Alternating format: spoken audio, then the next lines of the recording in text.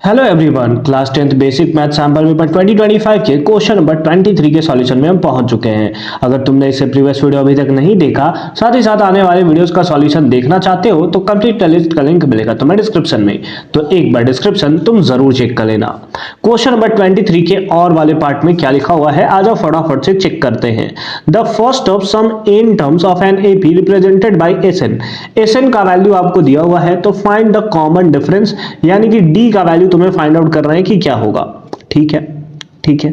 अब देखो क्या दिया हुआ है, एसएन दिया हुआ है तुम्हें,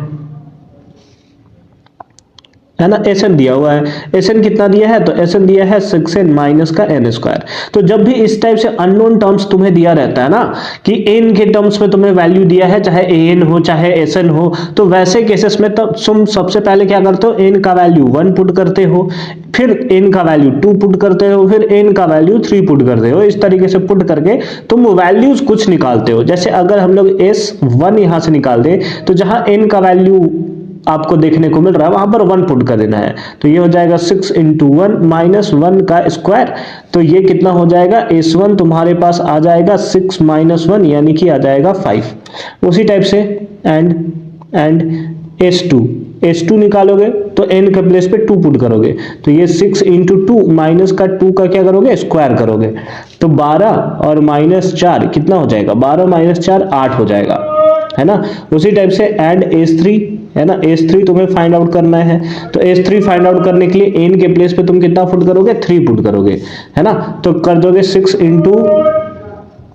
इंटू 3 माइनस का क्या, 3 का स्क्वायर, तो ये हो जाएगा 6 3 जा 18 माइनस 9, तो ये कितना आ जाएगा, 9 तुम्हारे पास देखने को मिलेगा। कितना मिलेगा, 9 देखने को तुम्हें मिल जाएगा। ठीक है सर, ठीक है सर। तो यहां से तुमने देखा कि तुम्हारे पास कुछ वैल्यू निकल कर आया, और वो वैल्यू किसका निकल कर आया, s1 s2 और s3 का, है ना। तो यहां से तुम Sn निकाल सकते हो कि Sn का वैल्यू कितना आया तुम्हारे पास। सबसे पहला वैल्यू आया 5, फिर दूसरा वैल्यू आया 8 और तीसरा वैल्यू आया 9। इसी टाइप से तुम चाहो तो चौथा वैल्यू भी निकाल सकते हो, पांचवा वैल्यू भी तुम निकाल सकते हो। इसी तरीके से तुम वैल्यूज जो है उसे फाइंड आउट कर सकते हो। बोलो क्लियर है, यहां तक क्लियर है, बोलो हाँ सर, यहां तक तो एकदम क्लियर है।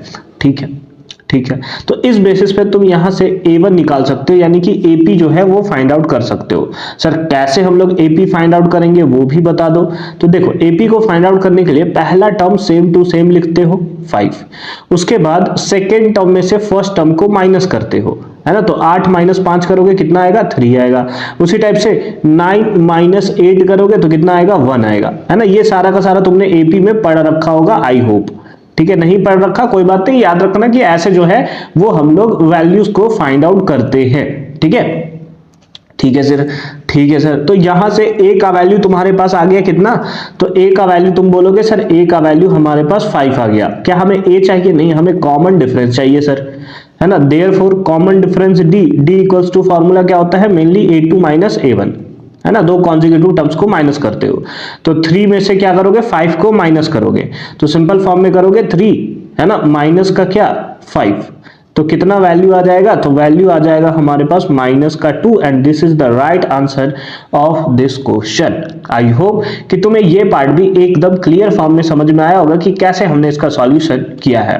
बाकी मिलते हैं नेक्स्ट वीडियो, यानी कि क्वेश्चन नंबर 24 के सॉल्यूशन के साथ। कंप्लीट प्लेलिस्ट का लिंक मिलेगा तुम्हें डिस्क्रिप्शन में, तो एक बार मेक श्योर कि तुम डिस्क्रिप्शन जरूर चेक कर लोगे।